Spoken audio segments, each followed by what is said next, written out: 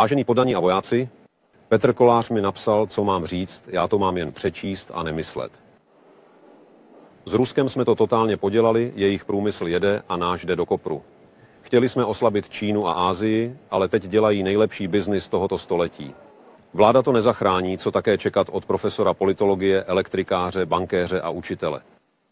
Ale vám to může být jedno, uděláte s tím naprosté prd. Čeká vás další inflace, nezaměstnanost a drahý energie a maximálně si můžete oblíct další svetr. A Wagnera už v televizi neuvidíte. Místo toho bude repríza Pribáňových trabantů. Pokud se vám to nelíbí, napište to amíkům nebo Lajnovi do Brusele. Hlavně to nepište mně, já jen čtu, co mi napsali.